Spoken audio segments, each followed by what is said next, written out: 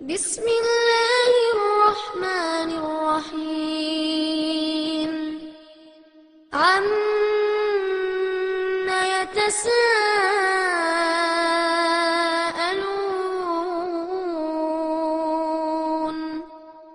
عن النبأ العظيم الذي هم فيه مختلفون كلا سيعلمون ثم كلا سيعلمون ألم نجعل الأرض مهادا والجبال أوتادا وخلقناكم أزواجا وجعلنا அஸ்ஸலாமு அலைக்கும் வரஹ்மத்துல்லாஹி வரகாத்துஹு. கண்ணியம் நிறைந்த எல்லாம் வல்ல ஏக இறைவனின் நல்லடியார்களே, தமிழகம் எனும் அமைதி பூங்காவில் சமத்துவ மலர்களாக மலர்ந்து நிற்கின்ற இந்து கிறித்தவ சகோதர சகோதரிகளே, பத்திரிகை, உளவு, காவல் துறைகளை சார்ந்த அதிகாரிகளே, உங்கள் அனைவர் மீதும் ஏக இறைவனின் சாந்தியும் சமாதானமும் என்றென்றும் உண்டாகட்டுமாக. டிஎன்டிஜே நாகை சங்கரம்பந்தல் கிளை சார்பில் நடத்தப்படும் இக்கூட்டத்தில் மறைக்கப்பட்ட வரலாறும் முஸ்லீம்களின் தியாகமும் எனும் தலைப்பை வழங்கியிருக்கிறார்கள். ஜனவரி 26 வருடந்தோறும் குடியரசு தினமாக, இந்திய குடியரசு தினமாக கொண்டாடப்படுவதும், அந்த தினம் தொட்டு இந்திய வரலாறையும் அது உருவான வரலாறையும் முடியாட்சியிலிருந்து குடியாட்சியாக மாறிய சரித்திரங்களையும் இந்த தேசம் உருவாவதற்கு காரணமாக இருந்த அந்த தியாகிகளை பற்றியும் நினைவு கூறப்பட்டும் பேசப்பட்டும் வருகிற ஒரு சூழ்நிலை இருப்பதால் பொருத்தமான நேரத்தில் சரியான தலைப்பை இங்கு தேர்ந்தெடுத்திருக்கிறார்கள். நாம் வாழுகிற இந்த சுதந்திர இந்திய நாடு பல அடிப்படைகளை தாண்டி பல்வேறு வரலாறு மாற்றங்களுக்கு உள்ளாகி இன்று உலகத்தில் ஒரு பெரிய சக்தியாக இருப்பதை நாம் பார்க்கிறோம். ஒரு பெரிய நாடாக இந்த நாடு சொல்லப்பட்டாலும் உண்மையில் இந்த நாட்டில் வெளியிலே சொல்லிக்கொள்ள முடியாத அளவிற்கு சில அவலங்களும் இருக்கத்தான் செய்கிறது. அது என்ன ஒரு அவலம் என்று சொன்னால், ஒரு நாடு உருவாவதற்காக முதுகெலும்பாக உரமாக திகழ்ந்த ஒரு சமுதாயத்தை கண்ணியப்படுத்துவதற்கு பதிலாக புண்படுத்தி காயப்படுத்தி அவர்களுடைய உணர்வுகளை கீறி கிழித்து அதை பார்த்து கைகொட்டி சிரிக்கின்ற ஒரு அவல நிலை இன்று இந்தியாவில் ஏற்பட்டிருக்கிறது. உலகத்தில் எந்த நாட்டுக்காரனும் இப்படி இருக்க மாட்டான். ஒரு நாடு முன்னேறுவதற்காக ஒருவன் பாடுபடும் போது வெளிநாட்டுக்காரன் அதற்காக அவனை துன்புறுத்தினால் அவங்களுடைய பார்வையில் அது நியாயம். இந்தியா விடுதலைக்காக வேண்டி பல பேரும் போராடினார்கள். காந்தி ஆகட்டும், சந்திரபோஸ் ஆகட்டும், நேரு ஆகட்டும், யாராக இருக்கட்டும்,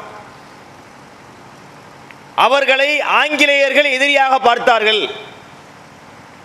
ஆங்கிலேயர்கள் பிடித்து சிறையில் அடைத்தார்கள். பல பேரை தூக்கு கயிறிலே ஏற்றினார்கள் என்றால் அவன் எதிர்த்ததுனால செஞ்சான்னு சொல்லிட்டு போயிடலாம். இந்தியாவை உருவாக்குவதற்கு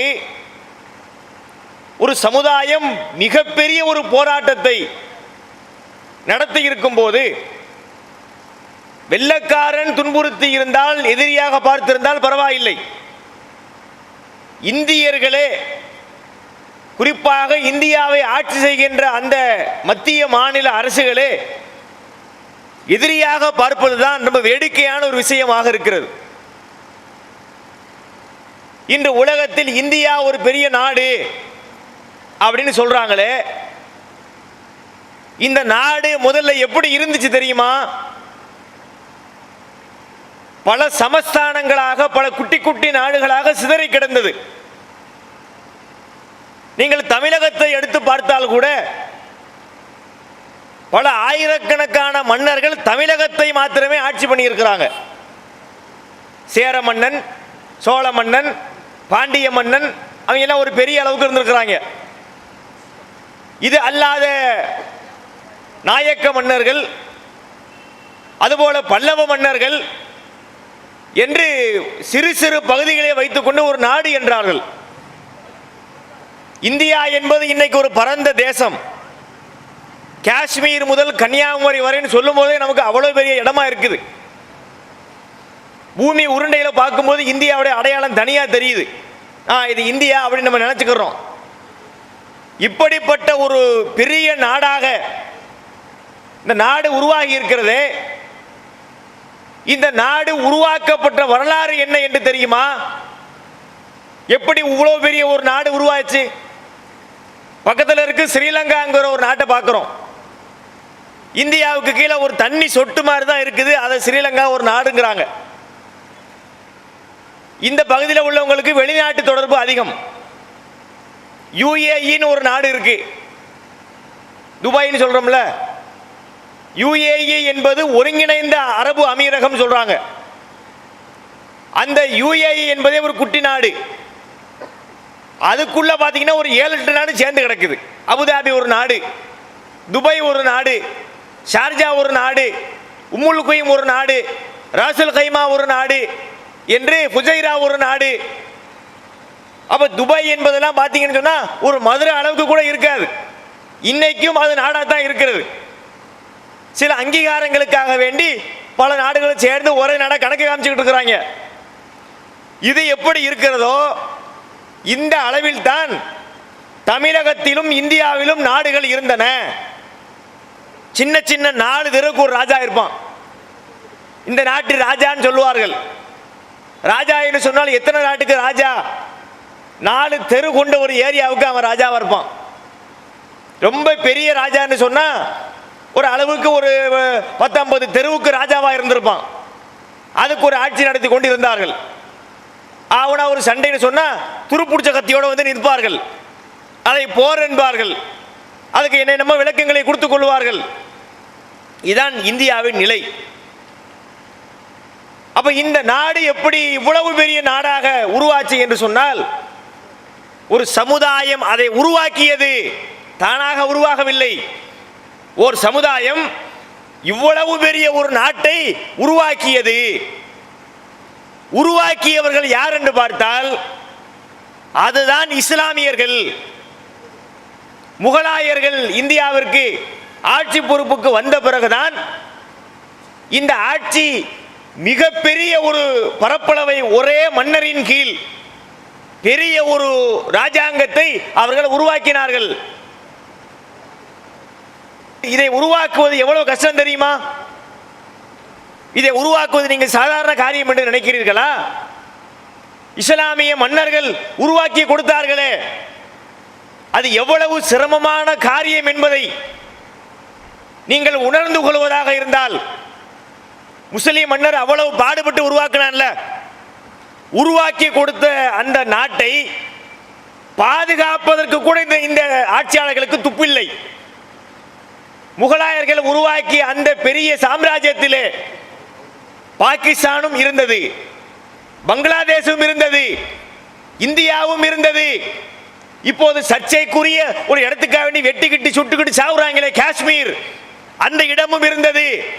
பாகிஸ்தான் ஆக்கிரமிப்பு காஷ்மீரும் இருந்தது. அவன் உருவாக்கி கொடுத்த இடத்தை தக்க வைத்துக் கொள்வதற்கு கூட நம்முடைய ஆட்சியாளர்களுக்கு வக்கு இல்லாமல் வகை இல்லாமல் போய்விட்டது.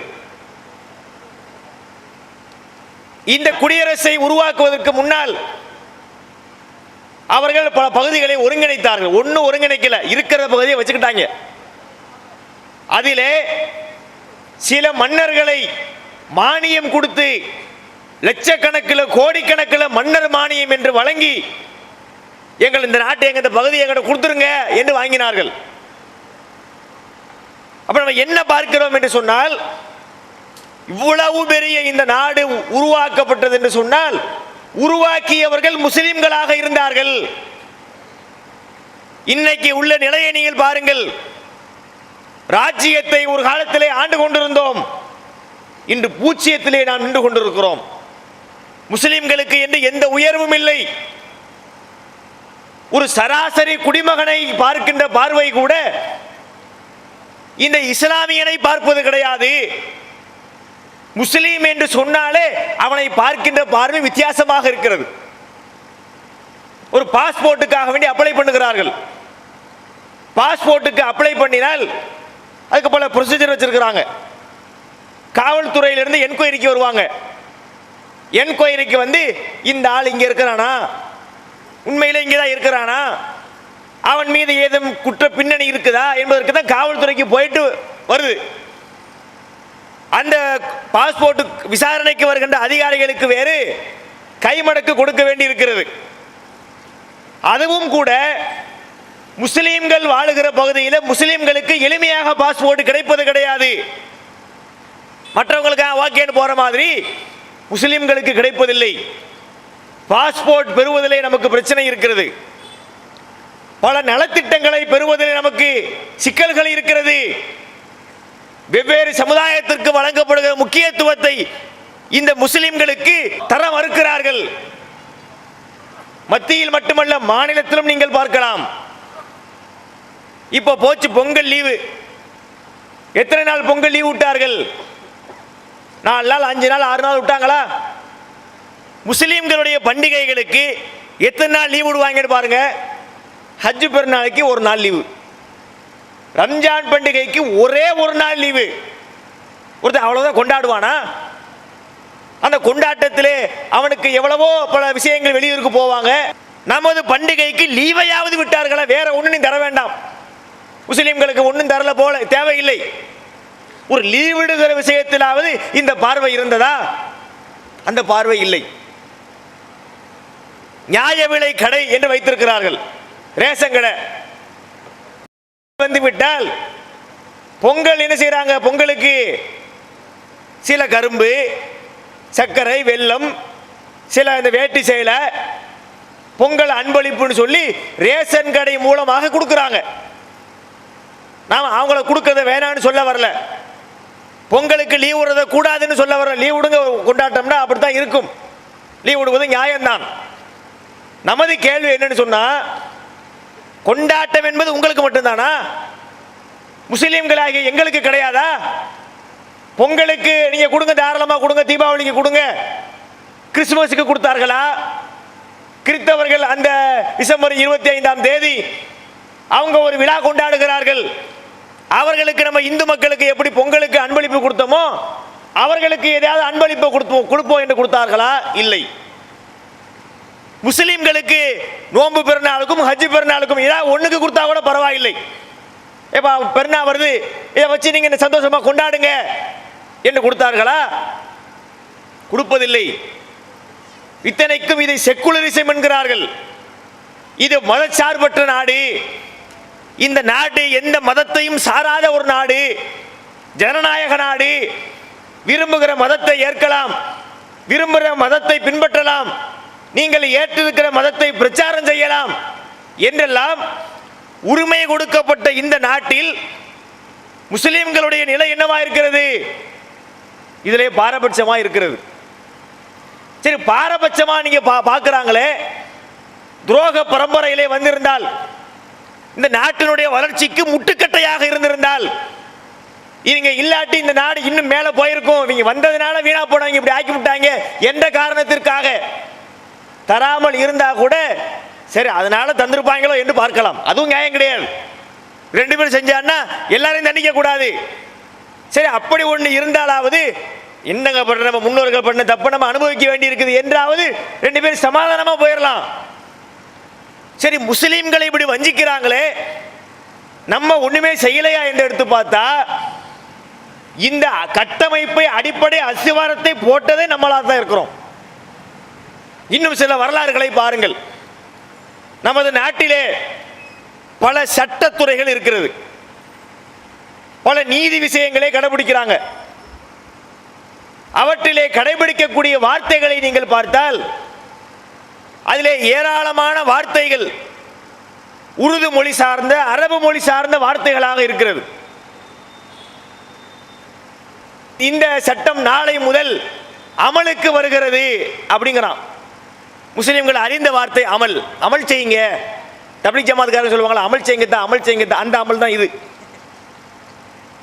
அமல் என்பது அரபு வார்த்தை. அதுபோல பஞ்சாயத்து என்கிறார்கள், கிராம பஞ்சாயத்து. ஆயத்து என்றால் சாட்சி என்ற அர்த்தம். ஆயத்து என்பதற்கு பல அர்த்தம் இருக்கிறது. அந்த ஆயத்து என்ற வார்த்தை அரபு மொழியில் உள்ள ஒரு சொல். இப்படியாக ஏராளமான சொற்கள் அரபி மொழி சார்ந்த மொழி இருக்கிறது, உருதுல இருக்கிறது. அப்ப என்ன புரியுது என்று எடுத்து பார்த்தால், இவர்களுக்கு நீதியை, நியாயத்தை கற்றுக் கொடுத்தது நம்ம தான். இவங்க நாட்டு நீதி என்ன தெரியுமா? தமிழர்களும் இந்தியர்களும் படித்த நீதி என்ன? நம்மளாம் ஸ்கூல்ல படித்தோம், கேவலப்பட்ட நீதி. அதுதான் நடைமுறைக்கு ஒத்து வராத நீதி. மனுநீதி சோழன் அப்படிம்பாங்க. மனுநீதி சோழன் ஒரு ராஜா இருந்தான். ஒரு நாள் அவன் மகன் வந்து தேர் எடுத்துக்கிட்டு தெருவில் போகும்போது ஒரு சின்ன கண்ணுக்குட்டியை ஏற்றிட்டானா. உடனே அந்த அம்மா கன்று இருக்குல்ல, அதை அழுதுகிட்டே ஓடி வந்து அரண்மனை வாசல்ல ஒரு மணி கட்டியிருப்பாங்களா, அதுக்கு பேர் ஆராய்ச்சி மணியாம். அந்த மணி என்ன பண்ணிச்சான், வாயை அந்த பிடிச்ச அந்த கயத்தை பிடிச்சி இழுத்து இழுத்து அடிச்சிச்சான். அதை அடிச்சா மன்னர் விளைஞ்சிக்கிடுவாராம். ஏதோ வழக்கேண்டு வருவாராம். பார்த்தா என்ன மாடுல மணி அடிக்குது, என்ன பிரச்சனைன்னு கேட்டா, இந்த மாட்டினுடைய கன்றை உங்களுடைய மகன் தேரிலே ஏற்றி கொண்டு விட்டார். உடனே சொன்னாராம், இந்த கன்றை எப்படி ஒருத்தன் தேர்ல ஏற்றி கொண்டானோ அவன் என்னுடைய மகனாக இருந்தாலும் சரி, அவனையும் தேர்காலிலே இட வேண்டும் என்று மனுநீதி சோழ மகனை படுக்க வச்சு தேரை விட்டு ஏத்துறாங்க. பார்த்தீர்களா தமிழர்களுடைய நியாயத்தை? இது நீதியா? இது முதல்ல செய்ய முடியுமா? முதல்ல கோவையிலே கடந்த செம்மொழி மாநாடு வச்சாங்களா? செம்மொழி மாநாடு என்று கோயம்புத்தூர்ல வச்சாங்க. அந்த கோயம்புத்தூரில் இந்த தமிழ்நாட்டு மன்னர்கள் அவர்கள் கடைபிடித்த நீதினு சொல்லி அதுக்கு தனித்தனி அரங்கங்களை எல்லாம் அமைத்தார்கள். நம்ம சிம்பிளா கேள்வி கேட்கிறோம், இந்த சட்டத்தை சொல்றாங்கல்ல, அப்ப நடத்தினவர் கருணாநிதி, அந்த மாநாட்டை நடத்தியவர் கருணாநிதி. இந்த நீதியை பத்தி பேசியிருக்கிறார்.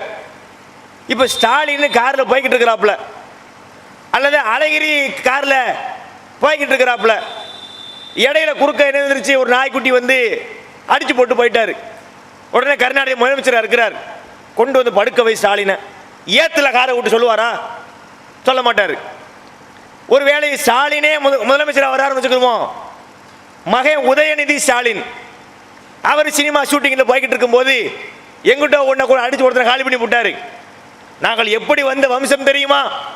மனுநீதி சோழன் வழியில வந்தோம். கொண்டு வந்து படுக்க போடு உதயநீதிய, ஏத்து ஜேசிபியை விட்டு ஏத்து சொல்லுவியா? நடைமுறைப்படுத்த முடியுமா? இதுதான் இவங்களுடைய நீதியினுடைய லட்சணம். சட்டம் என்பது இதுதான். இவங்கள்ட்ட சரியான சட்டத்தை மனிதர்கள் ஏற்ற விதத்தில் ஒரு அளவுக்கு சொன்னவர்கள் முஸ்லிம் மன்னர்கள், முஸ்லிம் ஆட்சியாளர்கள். அவர்கள் உருவாக்கி கொடுத்த அந்த சட்டத்தை தான் இவர்கள் கடைபிடித்துக் கொண்டிருக்கிறார்கள். நாணய முறை, சர்வே முறை. இன்னைக்கு பார்க்கும் சர்வே முறை, ஒரு இடம் யாருக்கு உள்ளது என்றால் அந்த இடத்தை நீங்க தோண்டினீங்கன்னா கீழே ஒரு கல் இருக்கும், நிலக்கல், அளவு கல்னு சொல்லுவாங்க. அந்த கல்லை நீங்க எடுத்து பார்த்தா அந்த கல்லில் எழுதியிருப்பாங்களாம், இந்த கல், இந்த இடம் இத்தனை அடியிலிருந்து இத்தனை அளவு, ஏதோ ஒரு யூனிட் இருந்திருக்கும்.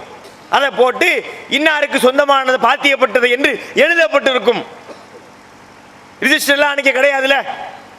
இன்னைக்கு என்ன பண்றாங்க, பதிவுத்துறை தனியா ஒரு துறை இருக்கிறது. அதில் போய் நம்ம என்ன செய்வோம், ஈசி போட்டு பார்ப்போம்.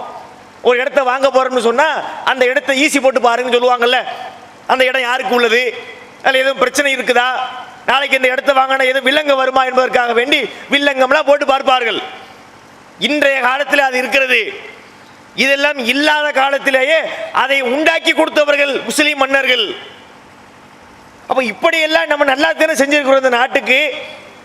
ஆனா நம்மளை இந்த சமுதாயம் எப்படி பார்க்குதுன்னா வித்தியாசமாக பார்க்கிறார்கள். முஸ்லீம்கள் என்று சொன்னால் நமக்கு எந்த முன்னுரிமையும் கிடையாது, ஸ்பெஷலா தர வேண்டாம், இருக்கிற ஒரு அடிப்படை நீதியாவது கொடுக்கலாமா இல்லையா, அதை கூட தர மறுக்கிறார்கள். ஒரு முஸ்லீம் உள்ள போனான்னு எளிமையா வெளியே வர முடியுமா? கோவை கலவரத்திலே கைது செய்யப்பட்ட, கோவை குண்டுவெடிப்பு வழக்கில் கைது செய்யப்பட்ட முஸ்லிம்கள் எத்தனை ஆண்டுகளுக்கு பிறகு அந்த வழக்கு தீர்ப்பு சொன்னாங்க தெரியுமா? 16 ஆண்டு 18 ஆண்டுகளுக்கு பிறகு தீர்ப்பு சொல்கிறார்கள், இல்லை அவருடைய குற்றம் நிரூபிக்கப்படவில்லை.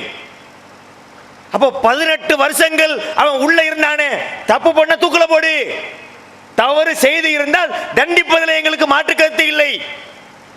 18 வருஷம் 16 வருஷம் உள்ள வைத்து விட்டு வழக்கு நடத்தி முடித்து விட்டு இல்லை இன்னாரது குற்றம் நிரூபிக்கப்படவில்லை என்று தீர்ப்பு சொன்னால் இந்த 16 ஆண்டுகள் 18 ஆண்டுகள் இவன் அடைந்தானே சிறையிலே துன்பம், அதற்கு என்ன விலை? இதனால் இவனுடைய குடும்பம் பாதிக்கப்பட்டதே, அதற்கு என்ன நிலை, அதற்கு என்ன விடை பார்க்கிறோம். இந்த நாட்டில் மூமின்னு சொன்னா போதும் ஜாமீன் தர மாட்டாங்க. முஸ்லீம்னு வைங்களேன், நமக்கு ஜாமீன் கிடைக்காது. கொலை வழக்கில் பயங்கரமான என்ன பெயிலே இல்லாத செக்ஷனை போறவன வெளியே வந்துருவான். நம்ம சமுதாயத்தை ஒருத்தன் உள்ள போயிட்டு வெளியே வருவது என்று சொன்னால் அவ்வளவு பெரிய காரியமா இருக்கிறது. சரி, எல்லாருக்கும் இப்படி இருக்குதான்னு பார்த்தா அப்படி இல்லை. சில பேருக்கு ஜெயிலிலே ராஜ மரியாதை, குற்றவாளிகளாக போகிறார்கள். சங்கராச்சாரியார் தெரியாதால் யார் இருக்க முடியாது. சில ஆண்டுகளுக்கு முன்னால் சங்கரராமன் கொலை வழக்கில் கைது செய்யப்பட்டு சிறைக்கு போறார். சிறைக்கு எதுக்கு போறாரு? தண்டனை அனுபவிக்க தான் போறார். சிறையில் அவர் உள்ள கைதியா தங்க வைக்கப்படுறார். தங்க வைக்கப்பட்டா ஜெயிலுக்குள்ள வாழை இலை போகுது. என்னடா இது, ஜெயிலுக்கும் வாழை இலைக்கு என்ன சம்பந்தம்? கல்யாண வீட்டுக்கு வாழை இலை போச்சுன்னா ஓகே, அல்லது ஏதோ ஒரு சந்தோஷமான காரியம் விழாக்கள் வாழை இலை போனால் ஓகே. ஜெயிலுக்கும் வாழை இலைக்கு என்னென்னு எடுத்து பார்த்தா அப்புறம் விஷயம் வெளியே வருது. சாமிகள் என்ன செய்வாங்களாம், காலையில் நேரத்தில் கக்கா போவாங்கல்ல, அந்த நேரத்தில் வாழை இலையில் தான் போவார்களாம். ஏன்னா சுவாமிகளுடைய அந்த ஐட்டம் பூமியிலே பட்டு விட்டால் பூமி தாங்காதாம்.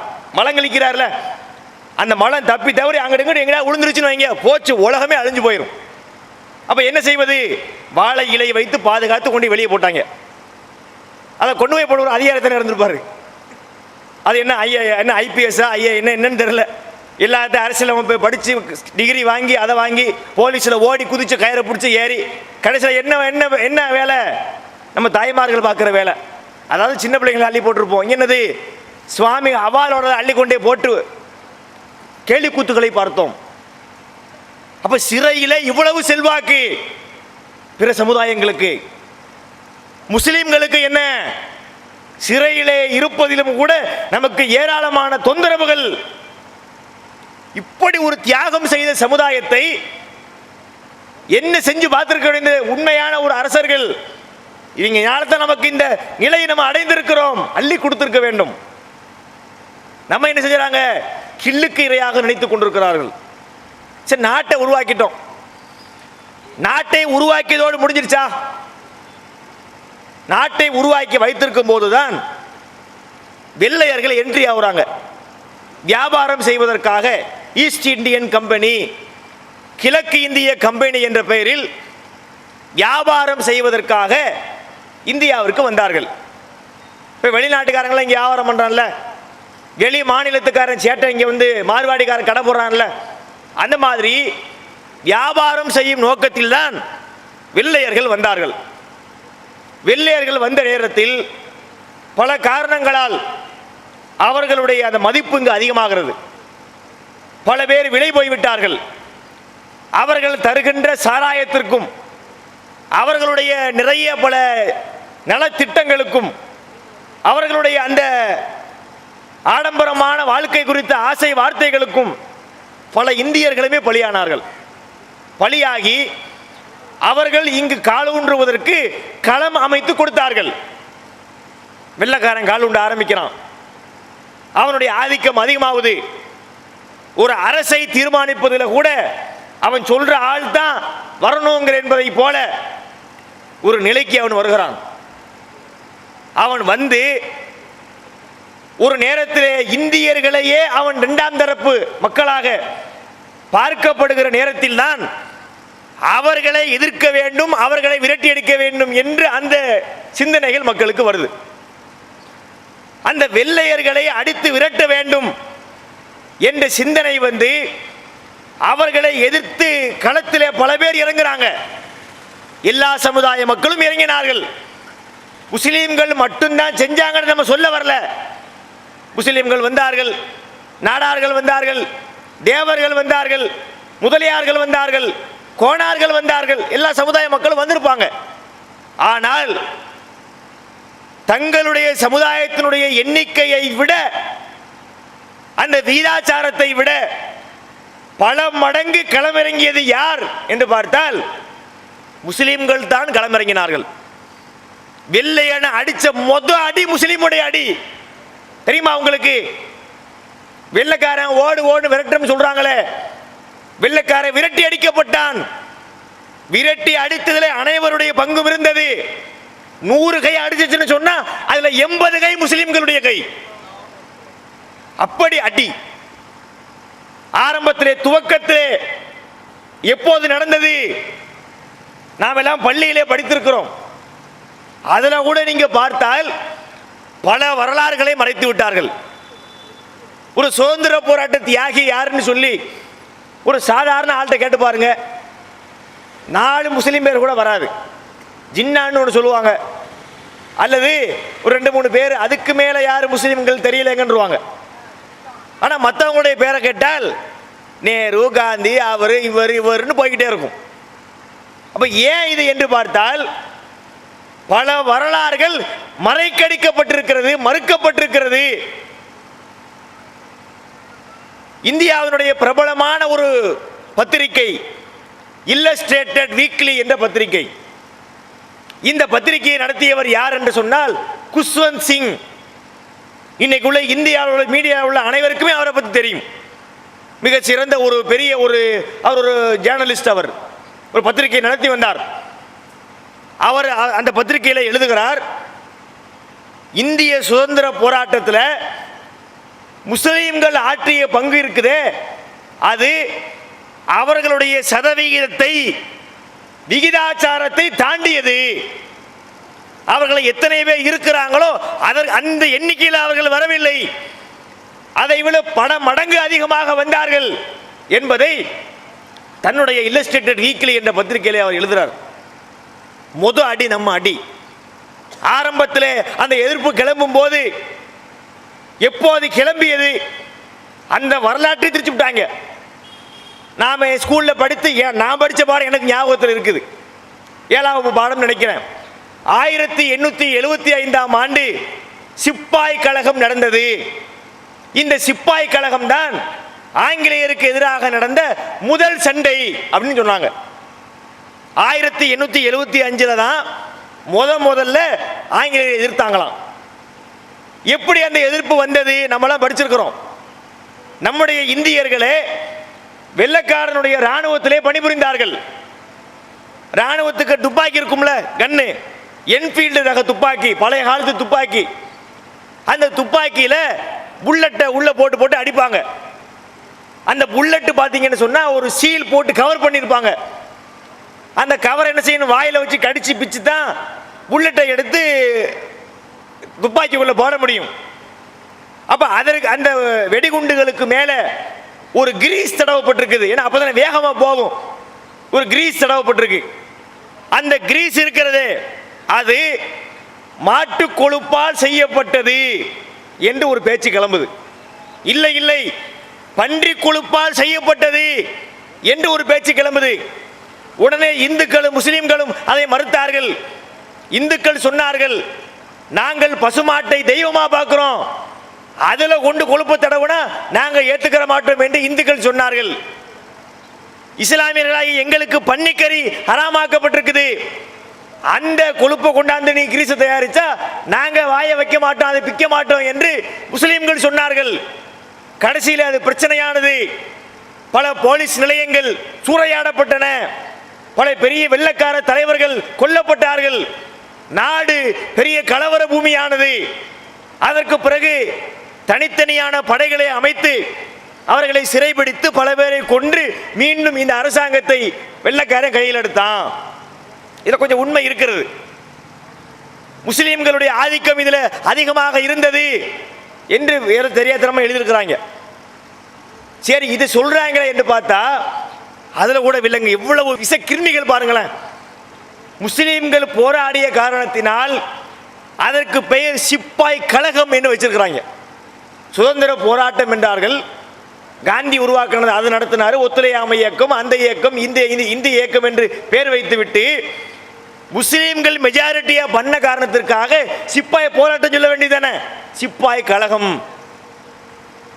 அப்படின்றாங்க. அதை தலைமை தாங்கி நடத்திய ஒரு முஸ்லீம். அந்த வரலாற்றையும் மாற்றி மங்கள் பாண்டே என்ற ஒருத்தன் தான் சிப்பாய் கழகத்துக்கு காரணம் என்று வரலாறை திரித்தார்கள். உண்மை வரலாறு என்ன தெரியுமா? 1875க்கு 50-70 ஆண்டுகளுக்கு முன்னாடியே அந்த ஆங்கிலேயருக்கு எதிரான வேகம் இந்தியாவில் தலை தூக்கிருச்சு. ஆரம்பத்தில் அடிச்சவன் 2 பேரு, 2 மன்னர்களும் இஸ்லாமிய மன்னர்கள். கொல்கத்தா, வெஸ்ட் பெங்கால் சொல்றமே, மம்தா பானர்ஜி ஏரியா கல்கத்தா, அந்த கல்கத்தாவை ஆட்சி செய்த சிராஜ் உத்தவுலா என்கின்ற மன்னன். இந்த பேர்ல வாழ்க்கையில் கேள்விப்பட்டதே கிடையாது. சிராஜ் உத்தவுலாவா, என்னங்க புதுக்கதை சொல்றீங்க என்று நினைக்கிறோம். இது உண்மை வரலாறு. இந்த வரலாறு மறைக்கடிக்கப்பட்டிருக்கிறது. சிராஜ் உத்தவுலா என்கின்ற மன்னன் தான் ஆங்கிலேயர் அடிக்கிறான்.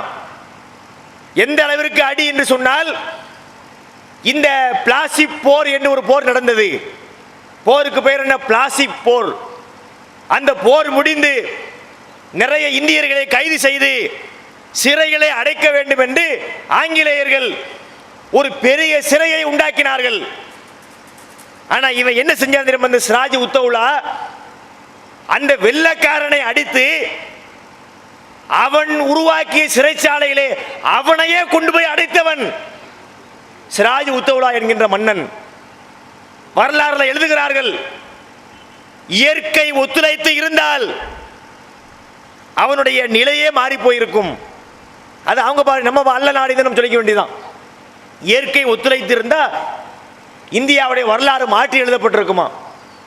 என்னன்னு பார்த்தா, அவன் மிகப்பெரிய வெடி மருந்துகளை பயன்படுத்தி தாக்கக்கூடியவன். ஏன்னா துருப்பிடிச்ச கத்தி போய் வேலைக்கு ஆகுமா? வெள்ளக்காரன் போய் நின்றுக்கிட்டு வசனம் பேசிக்கிட்டு சரியா வருமா? துருப்பிடிச்ச கத்தியை வச்சு சண்டை போட முடியுமா? கண் எடுத்து டப்புன்னு போட்டு போய்கிட்டே இருப்பான். அப்ப என்ன, அவனை அடிப்பதாக இருந்தால் அவன் பாணியில் சென்று அடிக்க வேண்டும். அதற்காக அவன் தயாரித்த வெடி மருந்துகள் நிறைய வச்சிருந்தான். அன்னைக்கு என்று பார்த்து மழை பெஞ்சிச்சு, பெய்த மழையிலே நமுத்து போன மருந்துகள், அதனால் எந்த தாக்குதலும் நடத்த முடியாமல் போனது. கடைசியில சிராஜ் உத்தவுலாவுடைய அந்த தளபதி மீர் ஜாஃபர் என்பவனை விலைக்கு வாங்கி இந்த மன்னன் கொல்லப்பட்டான். அவனுடைய கூட்டாளிகள் பிடிக்கப்பட்டார்கள் என்று வரலாறு சொல்லுது. ஆரம்பத்திலே நீங்க பாத்தீங்கன்னு சொன்னா, ஆரம்பத்தில் ஒரு முஸ்லீம் போய் அடிச்சிருக்கிறான். பகதூர் ஷா என்ற மன்னன். இந்த பகதூர் ஷா ஜாஃபர் என்று அவருக்கு பெயர் இருக்குது. இவர் யார் என்றால், இவர் தான் முகலாய மன்னர்ல கடைசி மன்னர். நம்ம பள்ளிக்கூடத்தில் படிக்கும் போது அவுரங்கசீப்னு தான் சொல்லுவாங்க. அவுரங்கசீப்போட வரலாறு முடிஞ்சு போயிடும். அவுரங்கசீப்புக்கு பிறகு அந்த வரலாறு நீளுது. அதுல இந்த முகலாயர்கள் வந்த கடைசி மன்னர் யாருன்னு பார்த்தா இந்த பகதூர் ஷா ஜாஃபர். இவன் செய்த ஒரு வேலை இந்தியாவிலே வேறு எந்த மன்னனும் செய்ய முடியாத அளவிற்கு வெள்ளைக்காரர்களுக்கு தீராத தலைவலியை கொடுத்து வந்தான் இந்த பகதூர் ஷா என்ற மன்னன். பல எதிரிகளை ஒன்றிணைத்து ஆங்கிலேயர்களுடைய எல்லா எதிரிகளையும் ஒரு களத்தில் உருவாக்கி தாக்குதல் நடத்துவதற்கு அவன் திட்டம் திட்டி இருந்தான். அதிலும் வெள்ளக்கார சூழ்ச்சி பண்ணி அந்த எதிரிகளை தனிமைப்படுத்தி கடைசியில் பகதூர் ஷாவை பிடித்து கொண்டு போய் பர்மாவில் கொண்டு போய் சிறை பிடித்தான். ரங்கூனில் சிறை பிடித்து அவன் சிறையில் இருக்கும்போது நடந்த ஒரு சம்பவத்தை வரலாறுல எழுதியிருக்கிறாங்க. ஒரு முறை ஒரு நாள் காலை வேளை அந்த சிறையினுடைய அந்த அதிகாரி பெரிய ஒரு ஆள், பிரிட்டிஷ்காரில் பெரிய ஆள், ஒரு தட்டு வருது. தட்டுக்கு மேலே ஒரு துணி போட்டு மூடப்பட்டிருக்கிறது. ஏப்பா இந்தப்பா உன் காலை சாப்பாடு தர்றாங்க. கொண்டு வந்து அந்த அந்த துணியை எடுத்து பார்த்தால் பகதூர் ஷாவுடைய பிள்ளைகளுடைய தலைகளை வெட்டி தட்டிலே வைத்து கொண்டு வந்து கொடுத்தார்கள். இப்படி ஒரு வரலாற்றை நீங்கள் வேறு சமுதாயத்துக்கு சொல்ல முடியுமா? யோசித்து பாருங்கள். தியாகம் பண்ணி இருக்கட்டும், பாட்டு பாடுறது தியாகங்கிறாங்க. பாரதி, மகாகவி பாரதியார் வெள்ளக்காரருக்கு எதிராக பாட்டு பாடினார். தியாகம் சொல்லிட்டு போ, எங்களுக்கு பிரச்சனை இல்லை. பாட்டு பாடுறது தியாகமா? சரி தியாகம் அப்படின்னு போ. தன்னுடைய பிள்ளைகளுடைய தலையை வெட்டி தட்டிலே வைத்து கொண்டு வந்தார்களே, ஒரு பாட்டு பாடியதை வரலாற்றில் தேசிய கவிஞன் மகாகவி பாரதி அவன் இவன் சொன்னீர்களே, இந்த தியாகத்தை வரலாற்றிலே சொன்னீர்களா? மறைச்சிட்டாங்க. அவர் அதை பார்த்து அழுக கூட இல்லையாம். அந்த அந்த பிள்ளைங்களுடைய தலையை பார்த்து அவர் அழுகவே இல்லையாம். கொண்டு வந்து கொடுத்தவன் சொன்னானா, என்னப்பா அழுவ மாட்டாங்க, உன் கண்ணில் என்ன தண்ணி இல்லையான்னு கேட்டானா. அரசர்கள் அழுவதில்லை அப்படின்னு சொல்லி அவர் தளராமல் இருந்தார். கடைசியில் அவர் அங்கே மரணித்தார். அவர் மரணித்த அந்த இடத்தில் அவர் கடைசியிலே முணங்கிய முனகல்கள் அவருடைய கல்லறையில் எழுதப்பட்டிருக்குது. என்ன சொன்னார் தெரியுமா? அவரு இந்த ஒரு பெரிய நாட்டிலே வாழ்ந்து என்னுடைய உடல் புதைக்கப்படுவதற்கு அந்த நாட்டிலே எனக்கு ஒரு 2 ஜான் இடம் கிடைக்காமல் போய்விட்டதே, எங்கேயோ ஒரு நாட்டில் மௌத்தா போயிட்டேனே என்று அவர் சொன்னார். எழுதி வச்சிருக்கிறாங்க கல்வெட்டில். இதை பார்க்க போன ராஜீவ் காந்தி அதை பார்த்து கண்ணீர் வடித்தார். இப்படிப்பட்ட அந்த குறிப்பேட்டில் எழுதும்போது, பகதூர் ஷா நீ சென்று விட்டாய், உன்னால் தான் நாங்கள் சுதந்திர காற்றை சுவாசித்துக் கொண்டிருக்கிறோம், நீ போய்விட்டாலும் மண்ணை விட்டு மறைந்து விட்டாலும் இந்த நாட்டு மக்களுடைய மூச்சு காற்றிலே நீ கலந்திருக்கிறாய் என்று ஒரு குறிப்பை எழுதி வைத்து விட்டு வந்தார். இதுல ஃப்ராட் பண்றாங்க. 1987ஆம் ஆண்டு ராஜீவ் காந்தியினுடைய பேச்சு, அவர் கலந்து கொண்ட நிகழ்ச்சிகள், அவர் பேசிய வார்த்தைகள், அவர் சொன்ன பேட்டிகள், கருத்துக்கள் அனைத்தையும் இந்திய அரசாங்கத்துடைய தகவல் தொடர்பு துறை ஒரு புத்தகமாக வெளியிட்டார்கள்.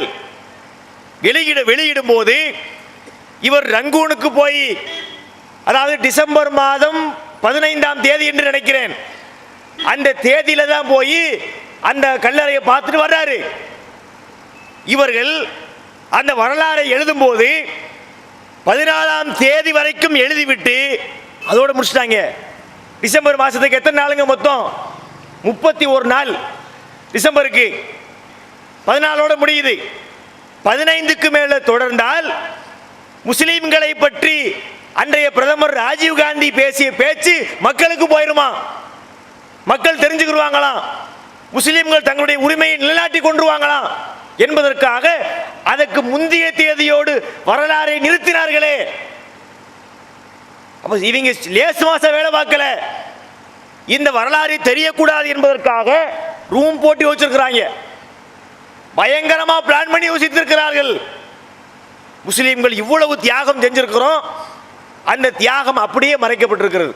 அதனால இப்ப நம்ம என்ன செய்ய வேண்டியிருக்கு சொன்னா, நம்ம மக்களுக்கே தெளிவுபடுத்த வேண்டியிருக்குது. எந்த அளவுக்கு மறைத்தார்கள், பிற சமுதாய மக்களுக்கு தெரியலன்னா பரவாயில்லை, முஸ்லிம் சமுதாயத்திற்கே தெரியாத அளவிற்கு அந்த வரலாற்றை மறைக்கக்கூடிய வேலையை இவர்கள் பார்த்திருக்கிறார்கள். உண்மையிலே நம்ம எல்லாம் பெருமைப்பட்டுக் கொள்ளலாம். இந்த நாடே உருவாகுவதற்கு நம்முடைய முன்னோர்கள் முதுகெலும்பாக இருந்திருக்கிறார்கள். சாதாரண தியாகம் என்று நீங்க நினைக்கிறீங்களா? தியாகத்தை பட்டியல் போட்டால் பட்டியல் நீண்டு கொண்டே போகிறது. ஹைதர் அலி, திப்பு சுல்தான் கேள்விப்பட்டிருக்கிறோம். இந்த ஹைதர் அலியும் திப்பு சுல்தானும் வெள்ளக்காரனை அடித்து விரட்டினார்கள். நமது நாட்டிலே வாழ்ந்த பல மன்னர்கள் வெள்ளக்காரன் காலடியில் கிடந்தான், அவன் பூட்ஸ் கால நக்கிக்கிட்டு கிடந்தான், அவன் தருகின்ற அன்பளிப்புகளுக்காக வேண்டி தன்னுடைய நாட்டை, வளத்தை அனைத்தையும் தாரை வார்த்து கொடுத்து கொண்டிருந்தான்.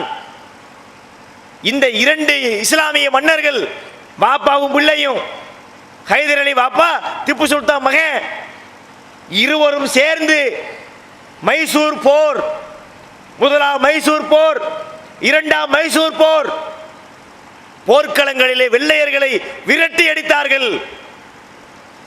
திப்பு சுல்தானை கண்டால் வெள்ளையர்கள் நடுங்குவார்கள்.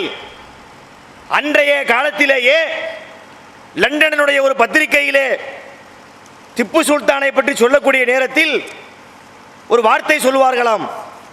என்ன சொல்லுவார்கள்? கிழக்கிந்திய கம்பெனியின் குலை நடுக்கம். திப்பு சுல்தானுக்கு பேரு. திப்பு சுல்தான் சொன்னா போதும் கிடுகிடுன்னு நடுங்கிடுவாங்க. அந்த அளவிற்கு அவர் உருவாக்கிய அந்த இராணுவம், அவருடைய ராஜதந்திரம் கொஞ்சம் கூட பின்வாங்காமல் வெள்ளைக்கார அடி சாதாரண விஷயம் என்று நினைக்கிறீர்களா? திப்பு சுல்தானை நீங்க ஒரு முஸ்லீம் மன்னர்னு பார்க்கறாங்க. நம்ம நாட்டிலே அவனை சிறுமப்படுத்தி வச்சிருக்கிறாங்க. அமெரிக்காவுடைய நாசா விண்வெளி கூடத்தில் திப்பு சுல்தானுடைய படைப்புகளை பற்றிய குறிப்பு இருக்கிறது. அப்துல் கலாம் மூத்தா போனாரு, வளரும் அவுலியா, வளர்ந்துட்டு இருக்கிறாரு. இன்னும் 50 வருஷம் அப்புறம் கந்தூரி தூக்கிடுவாங்க. அவர் நாசாவுக்கு போன நேரத்தில் அங்கே போய் பார்க்கிறாரு. ஆக நம்ம நாட்டு மன்னன் திப்பு சுல்தான் இங்கே வச்சிருக்கிறாங்களே என்று சொல்லி அதை தன்னுடைய புத்தகத்தில் குறிப்பு எழுதுகிறார். அந்த அமெரிக்காவுடைய நாசாவில் திப்பு சுல்தானை பற்றிய குறிப்பு இருக்கிறது. 2 நூற்றாண்டுகளுக்கு முன்னதாகவே ஒரு மன்னன், இந்தியாவிலே ஆட்சி செய்த மன்னன், பீரங்கி தொழில்நுட்பத்தை பயன்படுத்தி எதிரிகளை தாக்கக்கூடிய அந்த கலையை உருவாக்கினான். ஏன்னா அன்னைக்கு உலகத்தில் பெருசா எங்க பீரங்கி கிடையாது.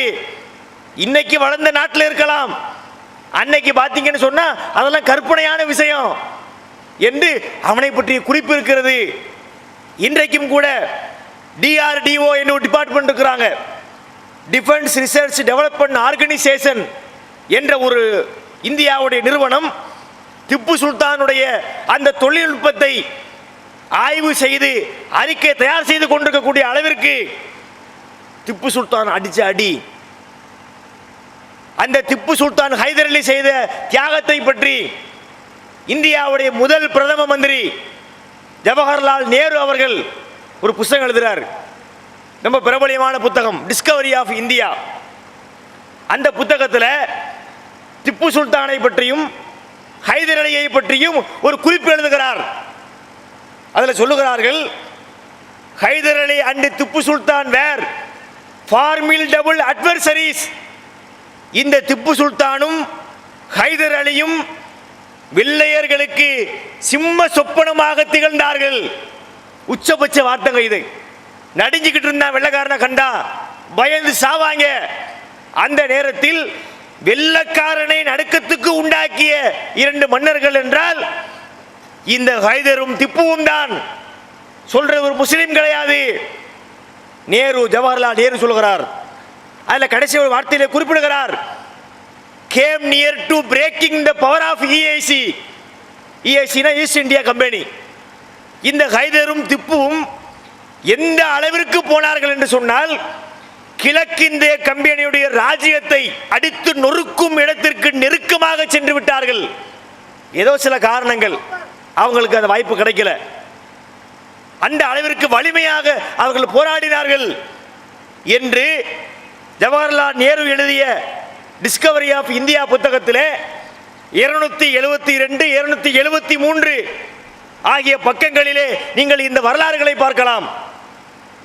இப்படியாக முஸ்லிம்கள் செய்த தியாகம். மலேசியாவில் பினாங் நமக்கெல்லாம் தெரியும். அந்த பினாங்கில் பல தமிழர்கள் வாழ்கிறார்கள். இந்த தமிழர்கள் வாழ்வதற்கு ஒரு காரணம் சொல்லப்படுது. தனியாகவும் போயிருக்கலாம். வெள்ளைக்காரன் ஆட்சி காலத்தில் ஒரு 72 பேர் இந்தியாவிலிருந்து நாடு கடத்தப்பட்டு மலேசியா பினாங்கிலே குடியமர்த்தப்பட்டார்கள். அந்த 72 பேர் யாருன்னு சொன்னா, சிவகங்கை சீமையை ஆட்சி செய்த மருது சகோதரர்கள். சின்ன மருது, பெரிய மருது, நம்மளாம் படிச்சிருப்போம் பள்ளிக்கூடத்தில். இந்த சின்ன மருதுவும் பெரிய மருதுவும் வெள்ளைக்காரனை எதிர்க்கிறாங்க என்பதற்காக அவங்களுடைய படையை 2 பேரும் தூக்கில போட்டாங்க. சின்ன மருதுவையும் பெரிய மருதுவையும் தூக்கிலேற்றி விட்டார்கள். அவங்களுடைய படையில் உள்ள 72 பேரை பினாங்குக்கு நாடு கடத்துறாங்க. நாடு கடத்தி அந்த 72 பேருக்கும் சங்கிலிகளால், இரும்பால் சங்கிலியால் கட்டி தெருவிலே திரிய விட்டார்கள். அதிலே இன்னும் 2 பேருக்கு ஸ்பெஷல் தண்டனை. 72 பேருக்கும் தண்டனை. அதில் 2 பேருக்கு முக்கிய தண்டனை. எக்ஸ்ட்ரா ஒரு குண்டை, இரும்பு குண்டை கட்டி விட்டாங்க. அந்த இரும்பு குண்டை இழுத்துக்கிட்டே தெரியணும். அப்படி திரியும் போது சத்தம் கேட்கும்ல, அந்த சங்கிலி சத்தம் கேட்கும். ஒரு சங்கிலியுடைய வளையம் இன்னொரு வளையத்தோடு உராயும் பொழுது, மோதும் போது கிளிக்கு கிளிக்குன்னு சவுண்டு கேட்குமே, அதை கொண்டே அவர்கள் பெயரிடப்பட்டார்கள். மலேசியாவிலே பினாங்கிலே குடியேறிய அந்த தமிழர்களுக்கு வரலாற்றிலே கிளிங்கர்கள் என்று ஒரு பெயர். அந்த கிளிங்கர்கள் என்று பெயர் ஏன் வந்தது? அவர்களை பிணைத்த அந்த சங்கிலிகள் ஏற்படுத்திய ஒளியினால் அவங்க அப்படி பெயர் சூட்டப்பட்டாங்க. அதில் 2 பேருக்கு எக்ஸ்ட்ரா இரும்பு குண்டை கட்டி விட்டாங்க. அந்த 2 பேர் யார் என்று சொன்னால், ஒன்று அந்த மருதனுடைய மகன் முத்து வடுகு ஒரு ஆள், இன்னொருத்தன் யார் என்று பார்த்தால் அவருடைய முக்கிய தளபதியாக விளங்கிய ஷேக் ஹுசேன் என்கின்ற ஒரு முஸ்லீம். பார்த்தீர்களா? அந்த 2 பேருக்கு ஸ்பெஷலாக கொடுக்குறாங்க. அந்த 2 பேரில் ஒருத்தன் யாருன்னு சொன்னா அவன் ஒரு முஸ்லீம் தளபதி, முக்கிய எதிரிகளை வீழ்த்துவதற்கு காரணமாக இருந்தான் என்று அவனை அப்படி தண்டித்தார்கள். முஸ்லிம்கள் செய்த தியாகம். இந்த வரலாறை நம்ம கேள்விப்பட்டது உண்டா? பாட புத்தகத்தில் சொல்லி இருக்கிறாங்களா? கேடு கட்ட மீடியாக்கள். சுதந்திர தினம் அன்னைக்கு பாருங்களேன், குடியரசு தினம் வரப்போகுது, அன்னைக்கு டிவியில் பாருங்க. இந்த நாடு எப்படி எல்லாம் குடியரசு ஆட்சி நிகழ்ச்சி போடுவோம் நினைக்கிறீங்களா? இந்திய தொலைக்காட்சிகளில் முதன் முறையாக அப்படிமாங்க திரைக்கு வந்து சில மாதங்களே ஆன இதற்கும் சொன்னது என்னடா சம்பந்தம் விளக்கண்ணைகளா? டிவியில் வந்து பேட்டி, நமிதாவுடைய பேட்டி, நமிதா வெள்ளைக்காரன் அடிச்சு வரட்டினாலோ, அசின் பேட்டி, அவ பேட்டி, இவ பேட்டி, சுதந்திர போராட்டத்தன்னைக்கு, குடியரசு தினத்தன்னைக்கு ஒரு வெட்கக்கேடான விஷயத்தை நம்ம கண்கூடாக பார்த்து கொண்டிருக்கிறோம். சினிமாவிலே போட்டு நம்மை சீரழித்து விட்டார்கள். டாஸ்மாக போட்டு அமைக்க வச்சிருக்குது ஒரு பக்கத்தில். யாரும் சிந்திச்சிடக்கூடாது. பிள்ளைங்களுக்கெல்லாம் பாஸ் மார்க் வர்றதில்லை, ஃபெயிலாக போகிறான். எல்லா காரணம் டாஸ்மாக் தான். பள்ளிக்கூடத்து பிள்ளைகள்கிட்ட இன்னைக்கு அந்த பழக்கம் வந்திருக்குது. போதை மக்களை அடிமைப்படுத்தி வச்சிருக்குது. சினிமாக்கள் அடிமைப்படுத்தி வச்சிருக்கிறான். பல விஷயங்களை சொல்லி மக்களை மூடர்களாக்கி அதிலே குளிர்கால காயக்கூடிய வேலையை இந்த அரசாங்கம் பார்த்து கொண்டிருக்கிறது. முஸ்லிம்கள் செஞ்ச தியாகம் அப்படிப்பட்ட தியாகங்கள். கொடி காத்த குமரன் 2ஆம் கிளாஸ்ல வந்த பாடம். கொடி காத்த குமரன் போய் கொண்டிருந்தான் திருப்பூரில்.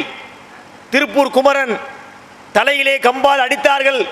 மண்டை உடைந்து குருதி கொட்டியது. டீச்சர் பாட்டா சொல்லிக் கொடுக்கும். அப்படி இந்த பாட்டாவே வரும். மண்டை உடைந்து குருதி கொட்டியதுன்னு படிப்போம். திருப்பூர் குமரன் சொன்னாங்க. சரி, உண்மையிலே குமரன் கொடியை தூக்கிட்டு போனான் தான், நம்ம அதை மறுக்கலை. கொடியை அன்னைக்கு கொடி எடுக்கக்கூடாது. பிரிட்டிஷ் கொடியை தவிர வேற எந்த கொடியும் தூக்கக்கூடாது.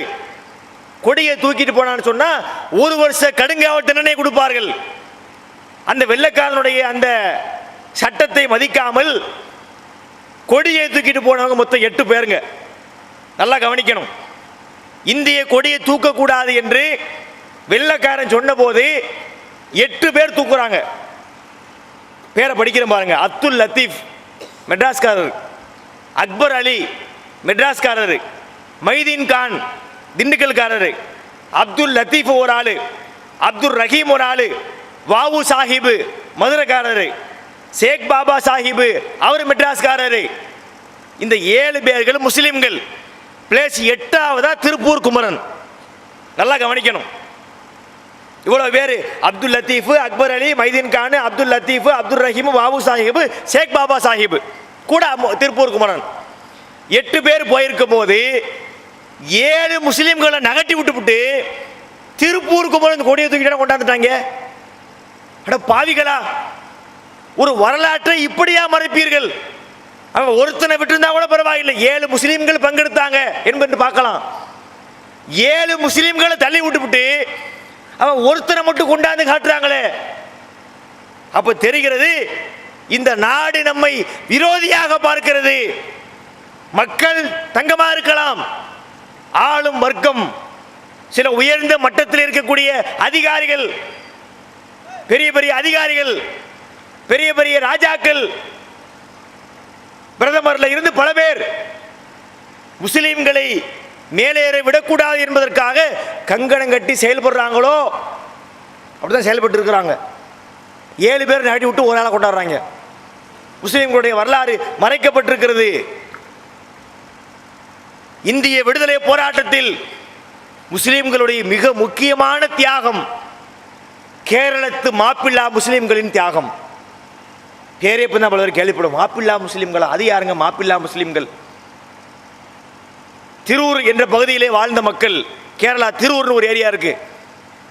இவர்கள் யார் என்று சொன்னால், கேரளாவில் உயர்ந்த சாதி பார்ப்பனர்களிடத்தில் நிலத்தை குத்தகைக்கு வாங்கி அங்கு விவசாயம் பண்ணி அதிலே ஒரு தொகையை பெற்றுக்கொண்டு இப்படி வியாபாரம் பண்ணிட்டு வர்றாங்க. நேர்மையாக வியாபாரம் பண்ணிட்டு வர்றாங்க. இந்த மாப்பிள்ளாக்கள் முஸ்லிம்கள் வெள்ளையர்களை எதிர்க்கிறாங்க. நீ ஏன்டா இங்கே வந்து ஆட்சி பண்ற? ஓ நாடு இங்கிலாந்து, அங்கே ஓடு, உனக்கு இங்கே என்ன வேலை?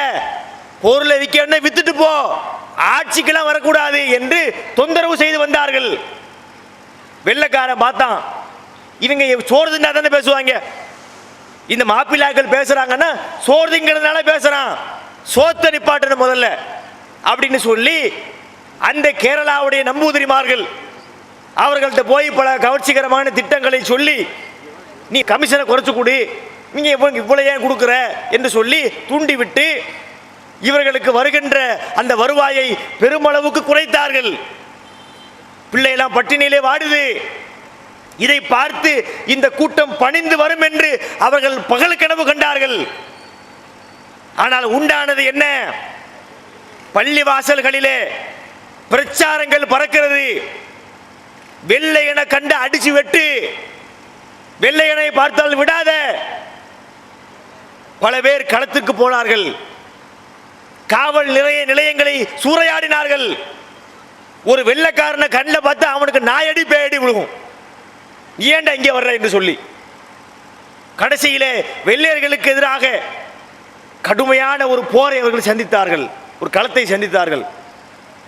இத்தனைக்கு அவங்களுடைய பெரிய ஆயுதம் கிடையாது. வீட்டில் உள்ள சமையலுக்கு உள்ள கத்தி தான், 4-5 கற்கள் தான் அவங்களுக்கு ஆயுதம். அதை எடுத்துக்கொண்டு அவர்கள் களம் காணும் போது வெள்ளை நிறத்து கஃபனாடை அணிந்து கொண்டு வந்தார்கள். இன்னைக்கு சில கதை விடுவான், கஃபனுடைய நியத்தின் அதெல்லாம் ரூட்டு கதை. அது நம்மளே போய் அஜித் மகளை கதை விடுறாங்க இல்லையா, என்னைக்கு இந்த தலப்பா கட்டணும் கஃபனுடைய நியத்துலாமா, அதெல்லாம் சும்மா புருடா. ஆனால் மாப்பிள்ளாக்கள் கட்டினது உண்மையிலே கஃபன் நியத்து. அவர்கள் போகும்போது ரிட்டன் வருவனான்னு தெரியாது, கஃபனை கட்டிக்கிட்டு போன, வெள்ளை ஆடையை கட்டிக்கிட்டு போனாங்களாம். பல ஆண்கள் மனைவியை தலாக்கு சொல்லிவிட்டு போனார்களாம். நான் போயிடுவேன், பெரும்பாலும் செத்து தான் போற மாதிரி இருக்கும், நீ வேற கல்யாணம் பண்ணிக்கமா என்று சொல்லி தலாக்கு சொல்லிவிட்டு சென்றார்கள். வரலாறு சொல்லுது. கடைசியில 10,000க்கும் மேற்பட்ட மாப்பிள்ளா முஸ்லிம்கள் பழிவாங்கப்பட்டார்கள். 1400 குடும்பங்கள் அந்தமானுக்கு நாடு கடத்தப்பட்டார்கள். 1500 பேர் கர்நாடக மாநிலம் பெல்லாரியிலே அவர்கள் கைது செய்து சிறையில் அடைக்கப்பட்டார்கள். 160 பேர் திருச்சிக்கு கொண்டு வந்து தூக்கு மேட்டையிலே ஏற்றப்பட்டார்கள். இன்னைக்கும் நீங்கள் பார்க்கலாம், திருச்சியில் காஜாமலைன்னு ஒரு ஏரியா இருக்குது. அந்த காஜாமலை பகுதியில் தான் தூக்கிலிடப்பட்ட இந்த 120 மாப்பிள்ளாக்களும் புதைக்கப்பட்டிருக்கிறார்கள். இன்னைக்கும் அது சுதந்திர போராட்டத்திற்கு முஸ்லிம்கள் செஞ்ச தொண்டுக்கு சாட்சியாக அது இருந்து கொண்டிருக்கிறது. இன்னும் சில மாப்பிள்ளாக்கள் திருவூரில் இருந்து கோயம்புத்தூர் வரை ஒரு கூட்ஸ் ட்ரெயினில் ஏற்றப்பட்டார்கள். ஒரு பெட்டிக்குள்ள 4-5 பேர் இருந்தால் பரவாயில்லை, நூற்றுக்கணக்கான மாப்பிள்ளாக்களை அமுக்கி தள்ளி பூட்டி கொண்டு கோயம்புத்தூருக்கு வந்து நிற்குது ட்ரெயின். வர்றார் அந்த அதிகாரி, வர்றாரு. அந்த கூட்ஸ் ட்ரெயினுடைய கதவை திறக்கிறாரு. திறந்தால் மடமடன்னு சரியுது பிணங்கள், ஜனாசாக்கள். சுவாசிக்கிறதுக்கு காத்து இல்லை. அவ்வளவு சின்ன இடத்துக்குள்ள போய் 100-200 பேர் அடைச்ச எப்படி இருக்கும்? எல்லோ பல பேர் மரணித்து சரிந்தார்கள். அதுல பிழைச்சார் ஒரு ஆளு. அல்ல அவருக்கு அப்படி ஊக வச்சான். அழுத்தி திணிக்கக்கூடிய நேரத்தில் அந்த ரயிலுடைய கூட்ஸ் பெட்டியில ஒரு ஓட்டை இருந்தது. அந்த துவாரத்திற்கு நேராக என்னுடைய நாசி அமுக்கப்பட்டு விட்டது. அதுல உயிர் ஓடி இருக்குது அவருக்கு. அப்படி கொண்டு திணிக்கிறாங்கல்ல, இப்படி தலை சாய்ந்ததை போல கரெக்டா அந்த மூக்கு அந்த ஓட்டைக்கு நேர போய் அமைங்கிருச்சு. என்கிட்ட ஒரு மூளையில சுவாசிச்சு அவர் உயிரை கையில் பிடிச்சிருக்கிறார். அவர் வெளியே வந்து அவர் சொல்லுகிறார், நாங்கள் இந்த பெட்டிகளை அடைக்கப்பட்டோம். துப்பாக்கி முனையை திருப்பி தலைகளை இடித்து இடித்து எங்களை கூட்சு பெட்டிகளை ஏற்றினார்கள். கதவை அடைத்தார்கள். மூச்சு விட முடியல, வெப்பம் தாங்க முடியல, உடல்கள் வெடித்து சிதறின, சருமங்கள் பிளந்து போனது, சிறுநீரும் மலமும் வெளியேறியது. பல நூற்றுக்கணக்கான பேர் அதில் கொல்லப்பட்டார்கள். அந்த அத்தனை பேரும் கோயம்புத்தூர்ல ஒரு கபிர்ஸ்தானிலே அடக்கம் செய்யப்பட்டிருக்கிறார்கள். நீங்கள் சொல்லுங்கள், வேற எந்த சமுதாயத்திலாவது இங்கு 500 பேர் புதைக்கப்பட்டிருக்கிறாங்க சுதந்திரத்துக்காக வேண்டி, இங்கு 50 பேர் புதைக்கப்பட்டிருக்கிறாங்க சுதந்திரத்துக்காக வேண்டி என்று காட்ட முடியுமா? கோயம்புத்தூர்ல போனா நூற்றுக்கணக்கான மாப்பிள்ளாக்களுடைய கபர் இருக்குது. திருச்சிக்கு போனா காஜாமலையிலே 160 பேர் புதைக்கப்பட்ட இடம் இருக்கிறது. இப்படி சொல்ல முடியாத அளவிற்கு பெரிய பெரிய தியாகத்தை செய்த இந்த சமுதாயம் வரலாறு மறைத்து விட்டார்கள். சுதேசி கப்பல், வெள்ளி பனிமலை மீதுலாகுவோம், மேலே கடல் முழுவதும் கப்பல் விடுவோம். இப்படி பாட்டு பாடினா கப்பல் வந்துருமா? ரூபா வேணுமே. விளம்பரம் போட்டாங்களாம். பாரதியார் நடத்திய பத்திரிகை. அவர் சொன்னாராம், விளம்பரம் போட்டார், அட்வர்டைஸ்மெண்ட், கப்பல் வாங்க போறோம், ரூபா கொடுங்க. அனுப்புனாங்க இந்தியாவில் இருந்து. அனுப்புனா என்னமோ 200 சில்லறை ரூபா, 100 சில்லறை 200 சில்லறை ரூபா, 100 சில்லறை வச்சுக்கிட்டு என்ன வாங்க முடியாது? கப்பலோட ஒரு பார்ட்ஸ் கூட வாங்க முடியாது. அதுக்கு அன்னைக்கு தேவை பல லட்சங்கள். அந்த லட்சங்களை கொடுத்து அந்த கப்பலை வாங்குவதற்கு அடித்தளமாக இருந்தவன் ஃபக்கீர் முகமது ராவுத்தர். கப்பல் வாங்குறதுக்கு ரூபா வேணுமே, ரூபாயை கொடுத்தவன் ஃபக்கீர் முகமது ராவுத்தர். பேர் வந்ததா? கப்பலோட்டிய தமிழர் வாவுசின்ட்டாங்க. வாவுசிக்கு பங்கு இருக்கு, நான் மறுக்கல. வாவுசியை விட 1000 மடங்கு ஃபக்கீர் முகமது ராவுத்தருக்கு இருக்கிறது. அவர் பேரை போட்டியா நீ? அவர் பேர் எடுத்துட்டாங்க. நேதாஜி சுபாஷ் சந்திர போஸ் உருவாக்கினார் INA, இந்தியன் நேஷனல் ஆர்மி. இந்த ராணுவத்தை உருவாக்குவதற்கு அவர் அரும்பாடுபட்டார், மறுக்கல, நாங்கள் ஏத்துக்கிறோம். சுபாஷ் சந்திர போஸ் அதுக்கு பெரிய தொண்டு செய்தார். ஜப்பானுக்கு போனார், அதுபோல ரங்கூனுக்கு போனார், பர்மாவுக்கு போனார். உலகத்திலே அவருக்கு எங்கும் பல நாடுகளுக்கு போனார். வேறு எங்கும் கிடைக்காத மரியாதை, உதவி, வரவேற்பு, ஒத்துழைப்பு கிடைத்த ஒரு இடம்தான் பர்மா. பர்மாவிலே இன்னைக்கு சொல்றாங்களே ரோஹிங்கியா முஸ்லிம்களை, ஒரு காலத்திலே பர்மாவிலே முஸ்லிம்கள் பெருமளவுக்கு இருந்தார்கள். எப்படி இருந்தாங்க? பெரிய பெரிய கோடீஸ்வரன். பணம்னு சொன்னா கொஞ்சம் நஞ்சம் கிடையாது, மிகப்பெரிய கோடிகளுக்கு அதிபதி. அந்த மக்கள் தான் வள்ளல் ஹபீப், அமீர் ஹம்சா. இப்ப சமகாலத்தில் வாழ்ந்தவர். பட்டினப்பாக்கத்தில் அவர் வீடு இருக்கிறது. அவர் வீட்டில் இன்னைக்கு நீங்க பார்த்தீங்கன்னு சொன்னா ஒரு சின்ன குடிசைக்குள்ள உட்கார்ந்து இருக்கிறாரு. அவரெல்லாம் சொத்துக்களை அள்ளி கொடுத்தார். அவர் சொல்லுகிறார், 30 பேர் என்று நினைக்கிறேன், 30 பேருக்கு வெள்ளக்காரன் இங்க இருந்து சுதந்திரம் கொடுத்துட்டு போகும்போதே தூக்கு தண்டனை விதித்து விட்டு போனார்கள். அதுல பாத்தீங்கன்னு சொன்னா பாதிக்கு மேல 20 பேர், 20 பேர்ல 12 பேர் முஸ்லிம்கள். வெள்ளக்காரன் 20 பேருக்கு தூக்கு தண்டனை கொடுக்கிறான், அதுல 12 பேர் அளவுக்கு முஸ்லிம்கள் இருந்திருக்கிறார்கள். இப்படியாக இந்த சுதந்திர போராட்ட வரலாறை பட்டியலை எடுத்து நான் போட்டால் முடியாது. அவ்வளவு வரலாறுகள் நம்மை பற்றி இருக்கிறது. அத்தனை வரலாறும் மறைக்கப்பட்டிருக்கிறது. முஸ்லிம்களுடைய தியாகம் மறைக்கப்பட்டிருக்குது. இப்படி எல்லாம் ஒரு தியாகம் பண்ணி ஒரு சமுதாயம் இந்த நாட்டுக்காக வேண்டி உழைத்திருக்கிறது. அவங்களுக்கு ஸ்பெஷலா எதுவும் கொடுக்க வேண்டாம். சராசரி ஒரு குடிமகனுக்கு கிடைக்கின்ற உரிமைகளாவது கிடைக்குதா? அது கூட இளவு வேண்டாம், தொலைஞ்சு போ. முஸ்லீம்களாக வாழ்வதற்கு ஏதாவது ஒரு அடிப்படை இருக்குதாங்க இங்க? அல்லாஹ்வுடைய கிருபையினால் முஸ்லீம்களுக்கு எதிராக இவர்கள் என்ன ஆயுதங்களை தூக்கினாலும் அது முனை மழுங்கி போய் கொண்டிருக்கிறது. அல்லாஹ் நம்ம பக்கம் இருக்கிறான், நமக்கு வெற்றி கொடுக்கிறான். ஆனால் அரசாங்கத்து பார்வையை பாருங்களேன். இந்த இப்போ இருக்கிற அரசு, பிஜேபி அரசு, மோடி அரசு, தமிழ்நாட்டில் பிஜேபி வளர போகுது. தமிழ்நாட்டில் முனியாண்டி விலாசுக்கு உள்ள பிரான்ச் கூட பிஜேபிக்கு கிடையாது. தமிழ்நாட்டில் பிஜேபின்னா யாரு? தமிழிசை ஒன்று, இந்த எச் ராஜா ஒன்று, பொன்னார் ஒன்று, ஊருக்கு 2 பேரை காட்ட முடியுமா? இப்படி தான் இருக்கிறது. கால் ஊன்ற கால் இருந்தால் தானே உண்டுவீங்க.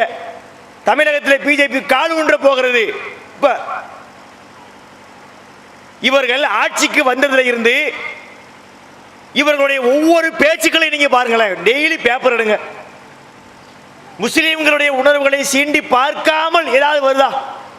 எப்படி தியாகம் பண்ண ஒரு சமுதாயம், அவளை எவ்வளவு கண்ணியம் நடத்துறோம் என்று புரியுதா?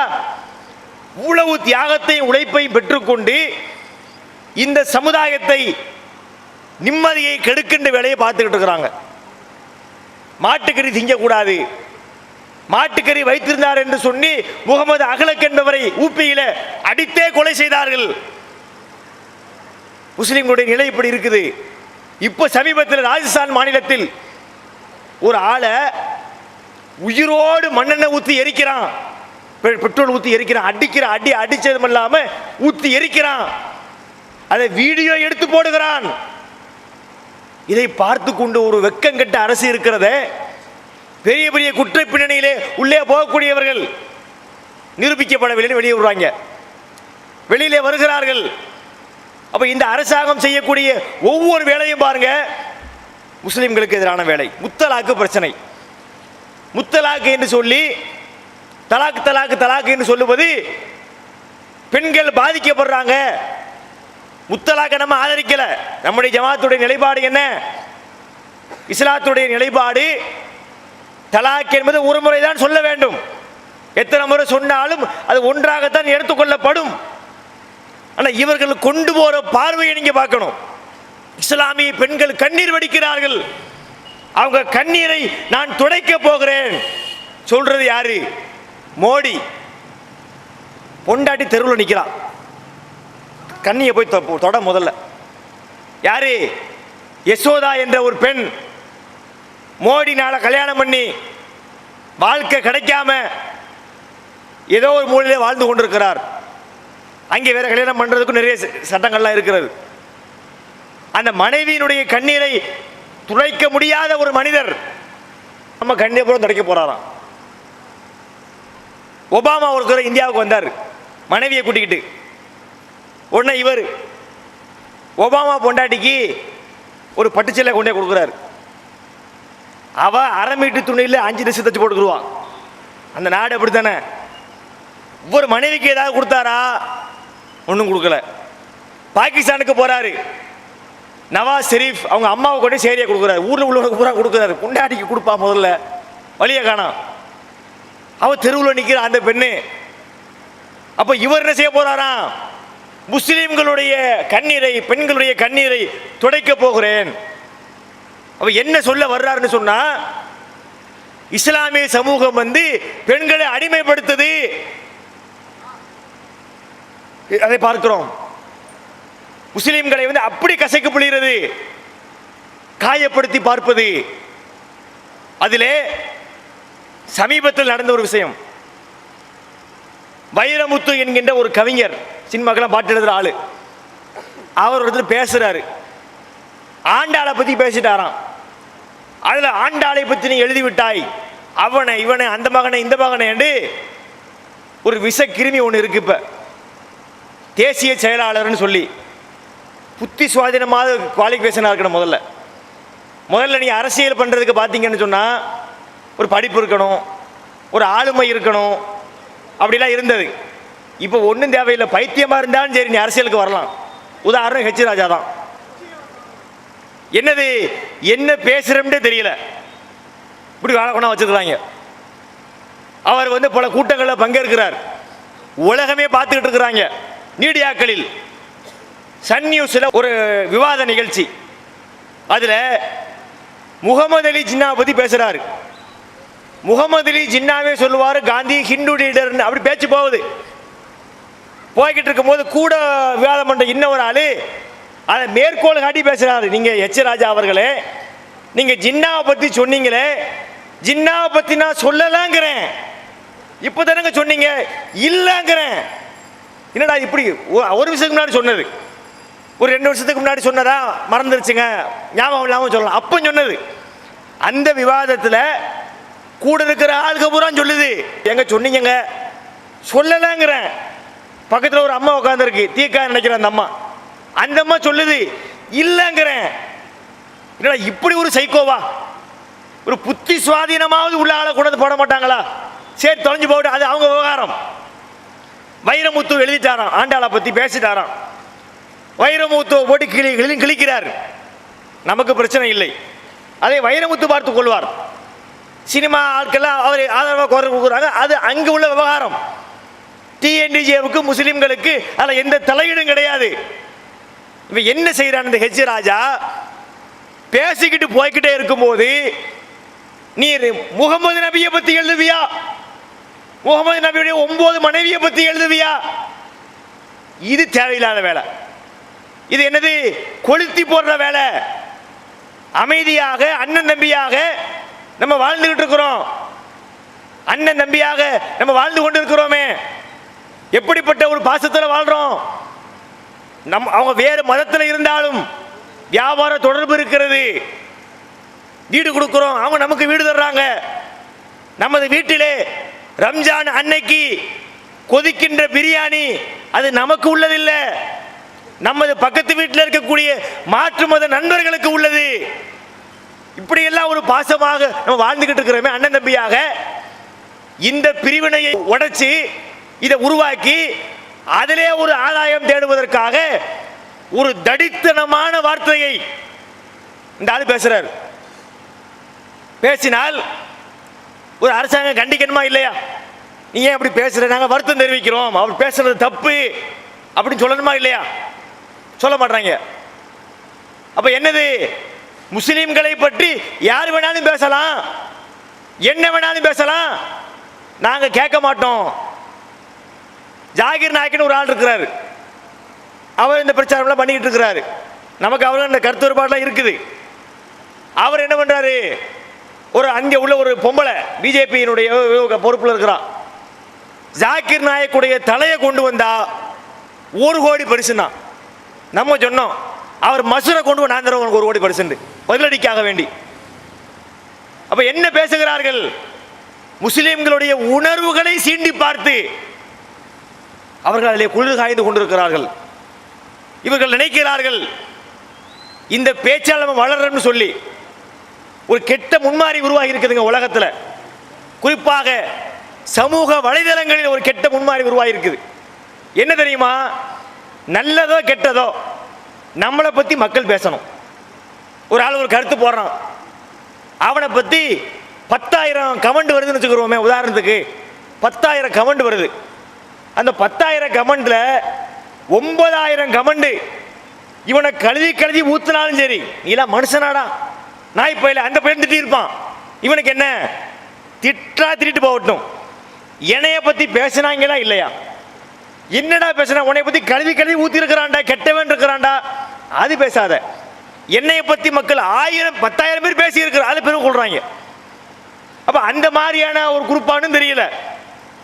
நபிகள் நாயகத்தினுடைய அந்த வாழ்க்கை எப்படிப்பட்ட வாழ்க்கை, ஒழுக்க வாழ்க்கை.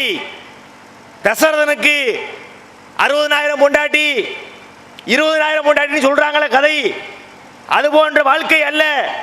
அந்த புறத்திலே ஆட்டம் போட்டதை பற்றி உலக நாட்டு மன்னர்களுக்கு வரலாறு உண்டு. மதீனத்து மன்னராக இருந்த நபிகள் நாயகம் அந்த புறம் என்று ஒன்று இருந்ததா?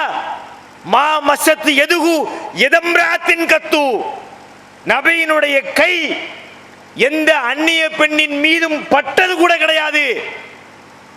இப்படிப்பட்ட ஒரு அரசனை உலகம் கண்டதுண்டா? அந்த நபிகள் நாயகத்தை பற்றி பேசுகிறார்கள். எதுக்காக?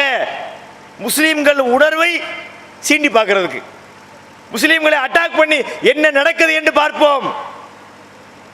இங்கு இருக்கக்கூடிய இந்த ஒருமைப்பாட்டை நீ குலைக்க நினைத்தால் அது உன்னை நீயே படுகொலைக்கு அனுப்புறன்னு அர்த்தம். வானத்தை நோக்கிய சுத்துப்புற மாதிரி இப்படி துப்புனா முன்னாடி மேலே துப்புனா மறுபடியும் மூஞ்சில தான் வந்து விழுவோம். அந்த வேலையை தான் இன்னைக்கு பார்த்து கொண்டிருக்கிறார்கள். அப்ப அதை கண்டித்து கூட நாம் இன்னைக்கு பல பேர் ஆர்ப்பாட்டத்தை நடத்தி இருக்கிறோம். இணையதளங்களில் இந்த ஒரு வார்த்தை பேசிட்டு அவர் போயிட்டாரு, உருளோடு மண்ணை கொண்டாந்து கொட்டிக்கிட்டு இருக்கிறாங்க டெய்லி. அந்த சமுதாயத்திலேயே பிற சமுதாய மக்கள் கூட அதை கண்டித்து இன்றைக்கு பேசிக் கொண்டிருக்கிறார்கள். அப்ப பார்த்தீர்களா, இந்த நாட்டிலே எப்படி பார்க்கப்படுகிறோம்? ஹஜ் மானியம் ரத்தம். இப்போ முஸ்லிம்களுக்கு வழங்கி வந்த ஹஜ் மானியத்தை நாங்கள் நிறுத்திவிட்டோம். நீ எப்ப முதல்ல மானியம் தந்த? முதல்ல ஹஜ் மானியம் எதை சொல்றாங்க? அதாவது இந்த ஹஜ் நேரத்தில் விமான கட்டணத்தை பல மடங்கு உயர்த்தி அதில் மானியம் தர்றாங்களாம். இது எப்படின்னு சொன்னா, ஒரு பால் பாக்கெட் 1/2 லிட்டர் பால் பாக்கெட், ஆரோக்கிய பால் பாக்கெட் 25 ரூபா. இந்த பால் பாக்கெட்டை 100 ரூபாய்க்கு வித்தாங்க மெட்ராஸில் வெளில வந்தப்ப. ஏன்னா கிடைக்காது, டிமாண்டு.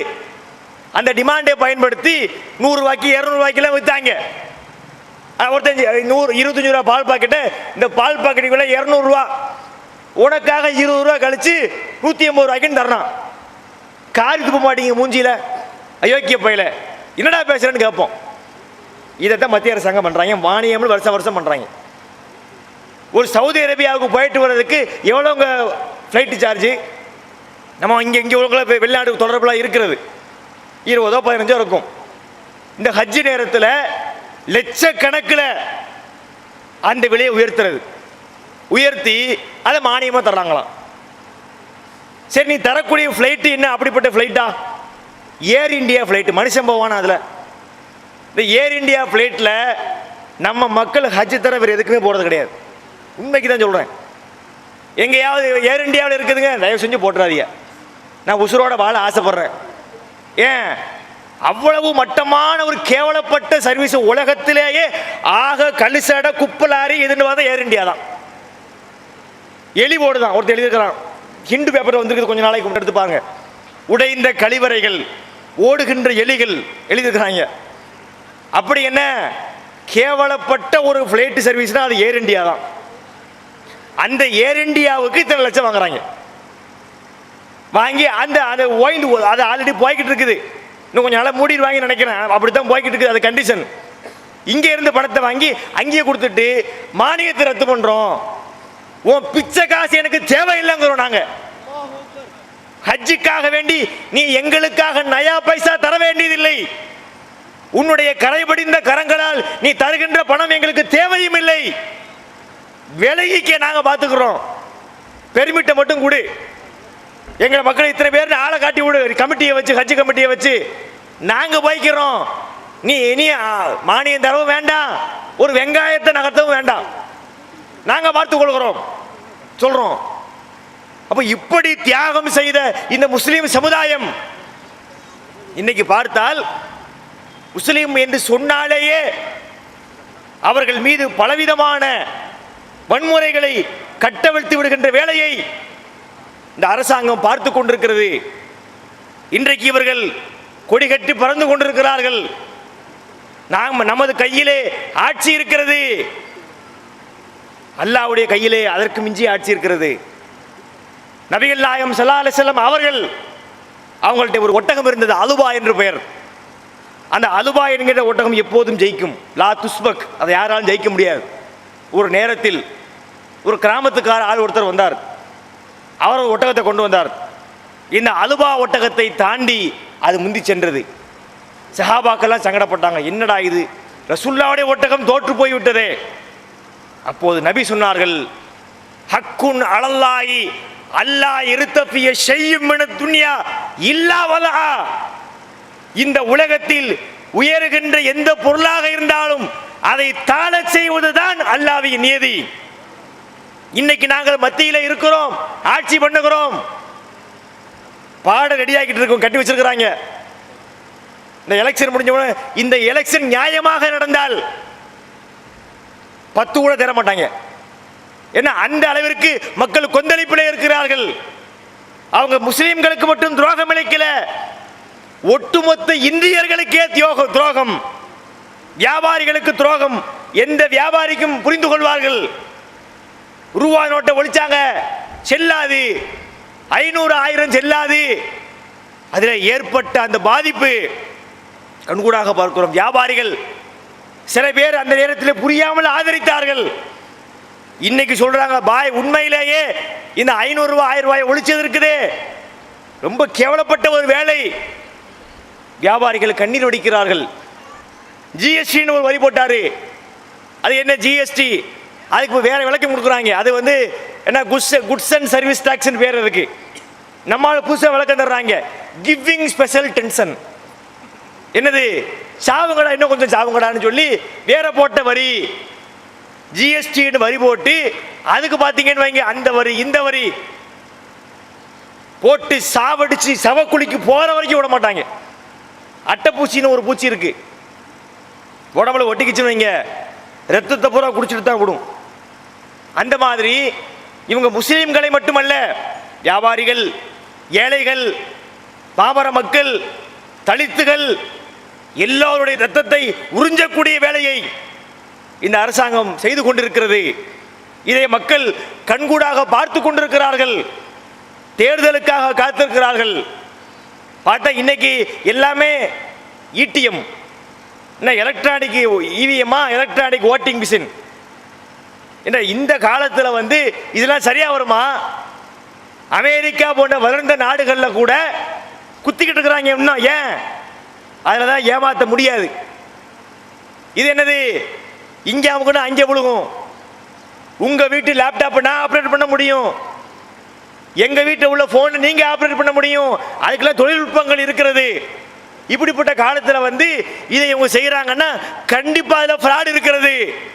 நம்ம கூட ஜமாத் சார்பாக சொன்னோம், இந்த முறையை தூக்கு. உனக்கு நெஞ்சிலே தில்லு இருந்தால், திராணி இருந்தால், இந்த பிஜேபி கவர்மெண்ட்டுக்கு சொல்கிறோம், நாங்கள் எல்லாம் மிகப்பெரிய ஆட்கள்னு சொல்றியா?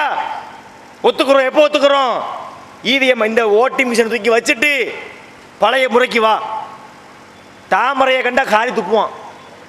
திமுகவுக்கு ஓட்டு போகிறவங்க என்ன செய்வான்? திமுகவுக்கு என்னது, ஒரு ஓட்டை குத்திட்டு தாமரையை பிடிச்சி துப்பிட்டு தான் வைப்பான். ஏன்னா இந்த தாமரை தமிழகத்திலே மலரும், உலர்ந்து கிடந்து இந்த அம்மா கடந்துக்கிட்டு, சூரியன் உதிக்கிறதோ இல்லையோ, இரட்டையிலே மலருதோ இல்லையோ, தாமரையை கண்டிப்பாக உதிக்கும். சூரியன் அடி தாமரையை முதல்ல கருகி போயிடும். முதல்ல ஏன் கடந்து இதான் போல பைத்தியகாரத்தனங்கிறது. இப்படி என்னது, தலையை கூட சீவ முடியாத பிஸியான ஒரு அரசியல்வாதி தமிழ்நாட்டில் வந்துக்கிட்டு இருக்குது. கேட்க குலைச்சு அடிக்குது, யானைக்கு கொடுக்குற மாதிரி. நான் ஒரு மருத்துவர், நம்மளை பற்றி பேசினாலும் சொல்ல வேண்டியிருக்கிறது. இல்லாட்டி நம்ம தேவை இதெல்லாம் விஷயம் வேண்டு போயிடுவோம். அதுக்கு இது நம்ம இதெல்லாம் சேர்த்து சொல்ல வேண்டியதாக இருக்கிறது. அப்போ பார்த்தால் இவர்களை புரிந்து கொள்ள வேண்டும். படைத்த இறைவன் அல்லாஹ் தான் ஆட்சி வழங்குகிறான். துஇஸு மன் தஷா வ துதில்லு மன் தஷா. அவன் நாடியவரை கண்ணியப்படுத்துகிறான், நாடியவரை இழிவுபடுத்துகிறான். நம்ம அல்லாஹ்விடத்திலே அந்த கோரிக்கையை முன்வைப்போம். அப்போ இந்த நேரத்திலே நாம் புரிந்து கொள்ள வேண்டிய விஷயம் என்ன? குடியரசு தினம் வர இருக்கிறது, வருஷம் வருது. யார் யாரை பற்றி என்ன பேசுகிறார்கள்? நம்முடைய தியாக வரலாறை முதலிலே நாம் தெரிந்து கொள்ள வேண்டும். அப்போதுதான் அடுத்தவங்க அதை புரிவார்கள் என்கிற நோக்கில் தான் இந்த கூட்டங்கள் போடப்பட்டிருக்கிறது. எல்லாம் அல்ல இறைவனை நல்லடியார்களே, மாட்டு மத சகோதரர்களே, நாங்கள் உங்களை எங்கள் தொப்புள் கொடி உறவுகளாகத்தான் பார்க்கிறோம். நீங்கள் மதத்தால் வேறுபட்டு இருக்கலாம், ஆனால் எங்கள் மனதிலே உங்களுக்கு இடம் உண்டு. தமிழகத்திலே பொறுத்தவரை அது இருக்கிறது. வேற மதத்தில் இருக்கிறாரா பிரச்சனை இல்லை, எல்லாம் முழுதாய் வயிற்று பிள்ளைகள். இன்னா கலக்குனாக்கும் மின் தக்கரின் உன்சா, குர்ஆன் சொல்கிறது, உங்கள் அனைவரையும் ஒரு ஆண் ஒரு பெண்ணிலிருந்தே படைத்தோம். சொல்ல போனால் நம்ம எல்லாம் ஒரு நேரத்திலே மதத்தில் இருந்தோம். 5-6 தலைமுறைக்கு முன்னாடி நம்ம முஸ்லீம் கிடையாது. தமிழகத்தில் முஸ்லீம்கள் பெரும்பாலும் இல்லை. எல்லாம் இந்த மார்க்கத்தை ஏற்றுக்கொண்டு நபிகள் நாயகத்தினுடைய அந்த அற்புதமான வாழ்க்கையினால், திருக்குர்ஆன் சொல்லுகின்ற அந்த உன்னத போதனையினால் ஈர்க்கப்பட்டு வந்தோம். தீண்டாமை கொடுமையை பார்த்து கதறிக்கொண்டிருந்த ஒரு தலித்து இஸ்லாத்தினுடைய அந்த கொள்கையை பார்த்து ஈர்க்கப்பட்டு வந்தார். இதில் உள்ள சொல்லப்பட்ட கருத்துக்கள் பார்த்து, இதில் சம்பிரதாயங்கள் இல்லை, இதில் மடத்தனங்கள் இல்லை, முட்டாள்தனங்கள் இல்லை, மூடப்பழக்கங்கள் இல்லை, இதுதான் சரியான மார்க்கம் என்று புரிந்து கொண்டு நம்முடைய முன்னோர்கள் வந்தார்கள். நாமும் வந்தோம். நாமும் ஒரு காலத்தை வேறு மதத்திலாம் இருந்தோம். அதனால யாரையும் நாம் வேறாளாக பார்க்க வேண்டியதில்லை. வழிபாடு வேறாக இருக்கட்டும், அது அவர்களை சார்ந்தது, அது பின்னாடி உள்ள விவகாரம், மறுமையில் உள்ள விஷயம். ஒருவர் இந்து என்பதற்காக நாம் அவற்றை வெறுப்பு காட்ட வேண்டிய அவசியம் இல்லை. நான் ஒரு இஸ்லாமியர் என்பதற்காக அவர் என்னிடத்திலே வெறுப்பு காட்ட வேண்டிய அவசியம் இல்லை. உங்கள் மதப்படி நீங்கள் வாழுங்கள், எங்கள் மார்க்கப்படி நாங்கள் வாழுகிறோம். இந்த பிரச்சனையினால் நம்முடைய வியாபாரம் பாதிக்க வேண்டிய அவசியம் இல்லை. நான் உங்களை காலவாரி விடுறதுக்கோ நீங்க எங்களை காலவாரி விடுறதுக்கோ அவசியம் இல்லை என்பதை புரிந்து கொண்டு நாம் அனைவரும் ஒற்றுமையாக இருக்க வேண்டும்.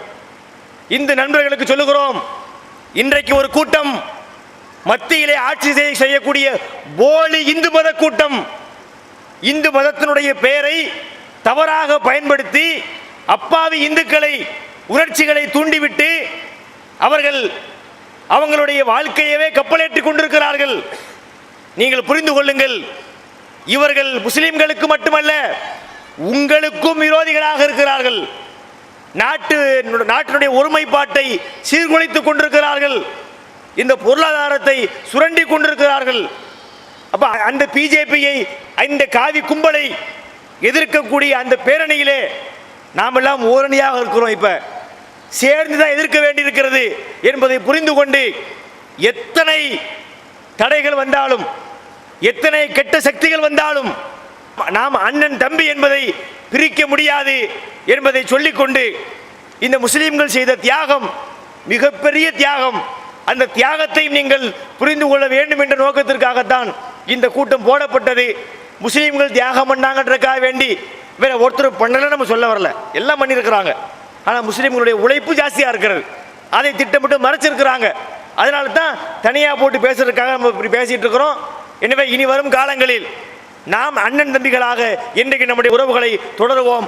அப்படிப்பட்ட ஒரு சகஜ நிலையை, சுமூகமான அண்ணன் தம்பிகளாக வாழக்கூடிய நிலையை இறைவன் உருவாக்க வேண்டும் என்று கூறி இந்த உரையை முடிக்கிறேன். அஸ்ஸலாமு அலைக்கும் வரஹ்மத்துல்லாஹ்.